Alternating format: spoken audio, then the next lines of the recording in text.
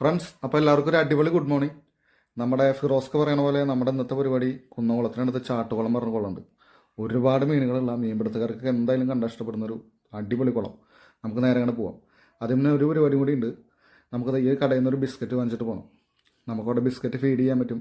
Biscuit അല്ല, നമുക്ക് മീനുകൾക്ക് കുഴപ്പമില്ലാത്ത രീതിയിലുള്ള എല്ലാ ഫുഡുകളും അവിടെ ഫീഡ് ചെയ്യാൻ പറ്റും. അതിനുവേണ്ടി നമ്മളൊരു പാക്കറ്റ് ബിസ്ക്കറ്റ് വാങ്ങിച്ചു. മോംസ് മാജിക്കിൻ്റെ ഒരു അടിപൊളി ബിസ്ക്കറ്റാണ് നമ്മൾ വാങ്ങിച്ചത്. നമ്മൾ മീൻപിടുത്തക്കാരായതുകൊണ്ട് ഇനി നമ്മളായിട്ട് വില കുറഞ്ഞ ബിസ്ക്കറ്റ് വാങ്ങിച്ച് കഴിഞ്ഞാൽ മീനുകൾക്ക് തോന്നുക നമുക്കും അത് മോശമല്ലേ. അപ്പോൾ അതുകൊണ്ട് നമ്മൾ മോംസ് മാജിക്കിൻ്റെ ഒരു സൂപ്പർ ബിസ്ക്കറ്റ് വാങ്ങിച്ചിട്ടുണ്ട്.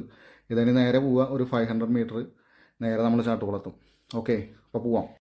ഫ്രണ്ട്സ്, ഇതാണ് ഞാൻ പറഞ്ഞ കുന്നംകുളംകാരുടെ സ്വന്തം ചാട്ടുകുളം.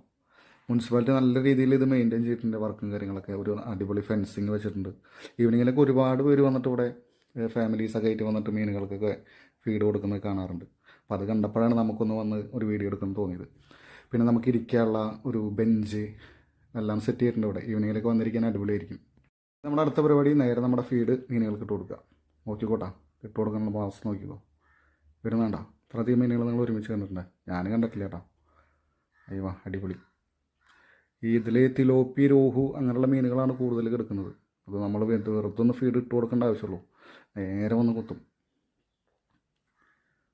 രോഹു എന്നൊക്കെ പറഞ്ഞു കഴിഞ്ഞാൽ കണ്ട അത്യാവശ്യം നല്ല വലുപ്പമുള്ള രോഹുകളാണ്. ഏകദേശം ഒരു 4-5 കിലോയുള്ള രോഹു.